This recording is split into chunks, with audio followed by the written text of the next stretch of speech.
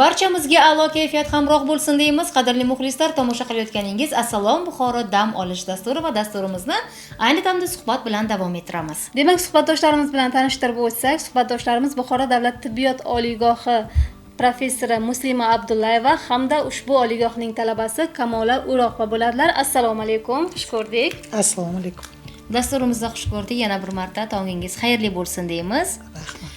Va demak, suhbatdoshlarimizni taklif etishdan maqsad tibbiyot sohasida bugun qanday ishlar amalga oshirilyapti? Yoshlar qanday bir ezgu niyatlar bilan ushbu sohaga qadam qo'yaptilar? Hozirgi kunda iqtidorli talabalarimizning o'rin egallashlari bu nafaqat ularning yutuqlarini kiritishi, o'sha yutuqlarning natijasi bizni vatanimizga, jonajon O'zbekistonimizga qancha manfaat keltiryapti, o'sha bilan biz endi shug'ullanyapmiz. Hozirgi kunda biz yangi O'zbekistonda, yangicha dunyoqarashda endi biz yoshlarimizga yaratilgan sharoitlardan unumli to'g'ri foydalanayotganlarni biz ularga sharoit yaratib emas, yana undan ham yuksak yutuqlarni erishishlari uchun biz ularni qo'llab-quvvatlayapmiz. Shu borada menda Buxoro davlat tibbiyot institutida juda ko'p iqtidorli talabalarim bor. Shuning ichida O'rak va Kamola ham shunday, demak, iqtidorli talabalar safiga kiradi. Bu da talabalarimizni nimasini yutuqlarini ko'rib, men o'zim ichimdan xursand bo'lib ketaman. Nima uchun? Men o'zim Samarqand davlat tibbiyot institutida o'qigan bo'lgansam, a'lo baholarda o'qiganman, lekin bizlarning vaqtimizda shunaqa imkoniyat yo'q edi.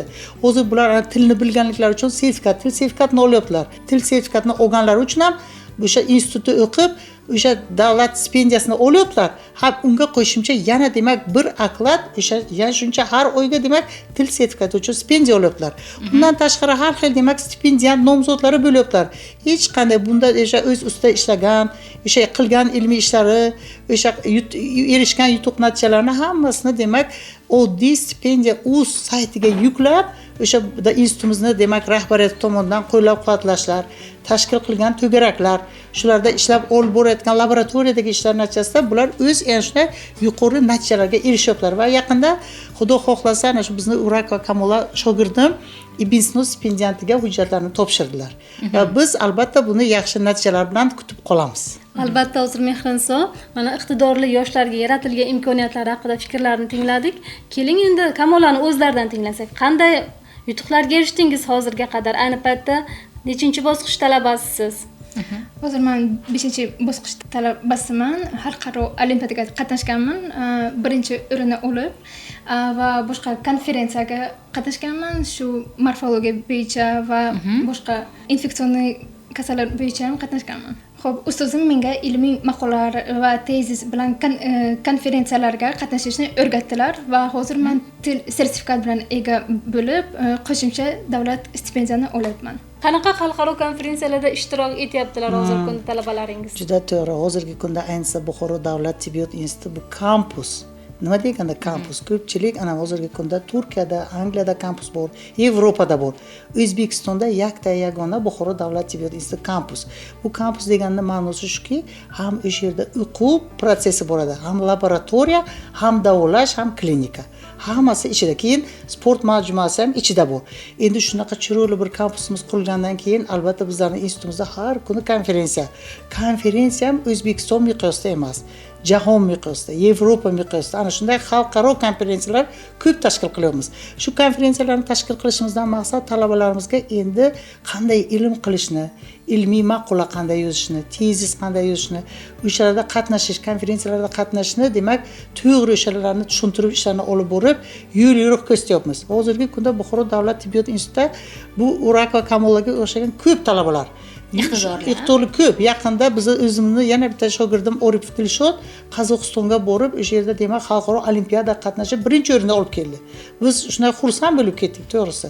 Yana undan tashqari ko'p bizni talabalarimiz borib chet ellarga xalqaro konferensiyalarga qatnashib kelyapti.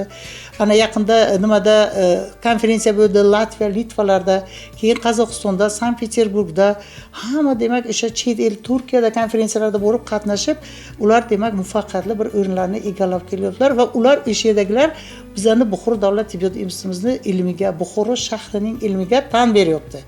ana shunday bizlarni demak studentlarimiz talabalarimiz shuncha darajada demak yuksak e'timolarni e'tirof qilyaptilar darajalarni. Yaxshi natijalarni qo'lga kirityapti. Albatta, yaxshi natijalarni. Dilnoza bilasiz, men tibbiyot sohasi xodimlariga juda ham havas qilganman. Ham mas'uliyatli kasb, chunki inson hayoti bilan bog'liq bevosita bir katta bir mas'uliyat turadi ularning bo'ynlariga. Xo'sh, mana shu yoshlarga, shogirdlaringizga ilm berishda nimalarga ahamiyat berasiz? Tibbiyot fanining, mana shu tibbiyot sohasining mas'uliyatini qanday tushuntirasiz?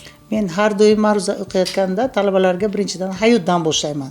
Chunki o'ylaymanki, inson agar hayotda katta, o'zidan katta, yoshi qari insonlarni, ustozlarni, ota-onasini hurmat qilib, ularni duosini olsa, albatta u nima qanday niyat qilgan bo'lsa, albatta niyatiga erishadi. Keyin bilasizmi, bizning shifokorlik kasbimizda buyuk Yunon shifokori o'limi Gippokrat aytgan, tibbiyot bilan donishmandlik bu chambarchas bog'liq.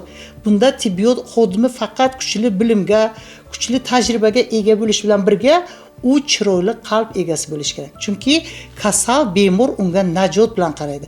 O'sha bemorni masalan og'ir ahvoldan chiqarish uchun u chiroyli qalb egasi bo'lsa, o'sha chiroyli demak, o'sha so'zlari bilan, gaplari bilan o'sha noumidlik, ya'ni umidsizlikdan o'sha kasalni yuqori demak yaxshi nimaga natijaga olib chiqishi mumkin va kasal albatta tez tuzalishiga bu yordam beradi. Buni chunki vaqtida Yunon o'sha o'limi Gippokrat ham aytib ketgan. Dilnoza, mana suhbatdoshimizning fikrlarini eshitdik. Haqiqatan ham shifokor shirin so'z bo'lsa ham u mana shu chiroyli bir shirin so'zi bilan bemorlarni davolay oladi. Eng muhimi o'z kasbining mutaxassisi bo'lishi va ayni shu kasbga bo'lgan muhabbati orqaligina insonlarga shifo topa oladi. Biz ham bugungi dasturimizga kelgan mehmonlarimizga tashakkur aytamiz. Faoliyatingizda omadlar tilab qolamiz. Rahmat. Kamolaxon, yutuqlaringiz bardavom bo'lsin deymiz. Tibbiyot sohasida ishonamizki, chiroyli bir yutuqlar bilan ustozlaringizni ham, yaqinlaringizni ham quvontirasiz. Rahmat.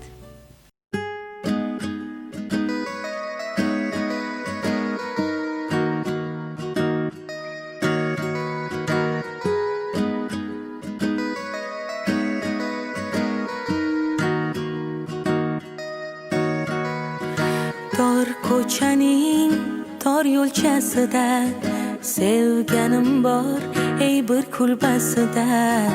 U menga mos, men esa unga, yuragimning o'sha egasida. Qishlog'imdagi bitta telbani netay sevaman man.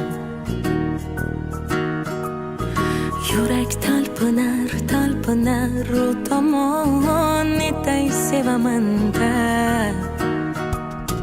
Hey yor, menda gapi bor, aytolmaydi, aytolmaydi, aytolmaydi yor. Hey yor, menda gapi bor, aytolmaydi, aytolmaydi netay telba.